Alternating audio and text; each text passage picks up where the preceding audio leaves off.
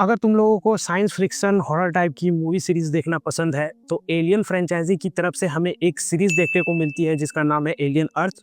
और ये हमें जियो हॉटस्टार पर हिंदी में अवेलेबल मिलती है 8 एपिसोड के साथ में। अगर तुम लोग को इसके प्रीवियस मूवीज के बारे में कुछ कंफ्यूजन है कि कहाँ से देखें, ये चीज़ें समझ में आएंगी या नहीं, तो मैं तुम लोग को बता दूं, ये सीरीज तुम डायरेक्ट जाके देखो, तुमको सारी चीज़ें समझ में आएंगी। तुमने अगर पिछली मूवीज़ इनकी नहीं भी देखी हैं तो भी तुमको सारी चीज़ें समझ में आ जाएगी। मेनली इसकी कहानी फोकस करती है प्रोडिजी नाम की एक कंपनी जो अर्थ पे डोमिनेट कर रही है, और ये अजीबोगरीब तरह की रिसर्च करती है, जिसमें ये रिसर्च कर रहे हैं कि किस तरह लोगों के जान को, लोगों की सोल को एक सिंथेटिक और रोबोटिक बॉडी में ट्रांसफ़र कर सकें, जिससे वो अमर हो जाए, ना मर सके, ना उनको कोई बीमारी हो।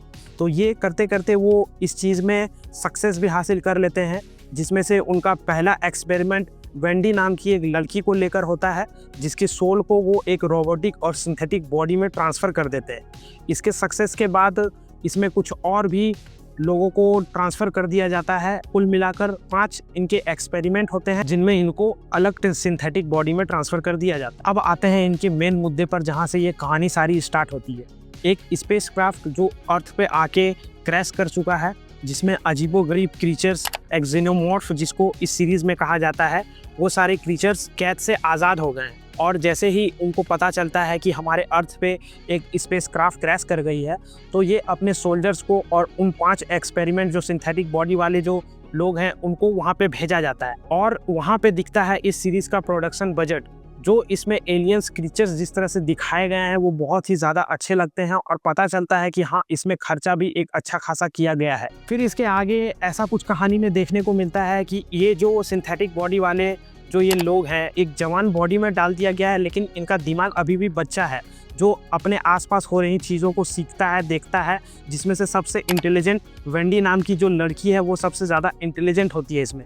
वो बहुत जल्दी चीज़ों को कैप्चर करती है, और एक एक्सपेरिमेंट के दौरान ये उन एक्सिनोमॉर्फ से बात भी करने लगती है। कुछ प्रोग्रामिंग इनके अंदर किया जाता है जिससे वो उनसे कनेक्ट कर जाती है। वेंडी ही एक ऐसी लड़की है जो इन क्रीचर्स से कनेक्ट करती है। बात करें ओवरऑल सीरीज़ की तो आखिर ये कैसी है।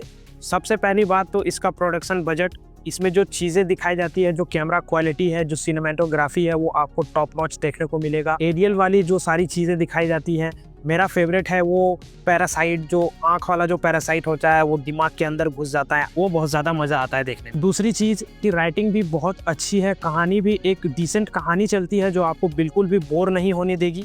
अगर आपको एलियंस क्रीचर्स देखना पसंद है तो ये तो सीरीज़ आपके लिए मस्ट वॉच है, ये आपको ज़रूर देखनी चाहिए। ओवरऑल मैं इस सीरीज़ को रेट करना चाहूँगा 5 में से 4 स्टार्स, क्योंकि ये सीरीज़ एक अच्छी क्वालिटी के साथ आती है और आपका टाइम बिल्कुल भी ख़राब नहीं करेगी, ये आपको बिल्कुल भी बोर नहीं होने देगी।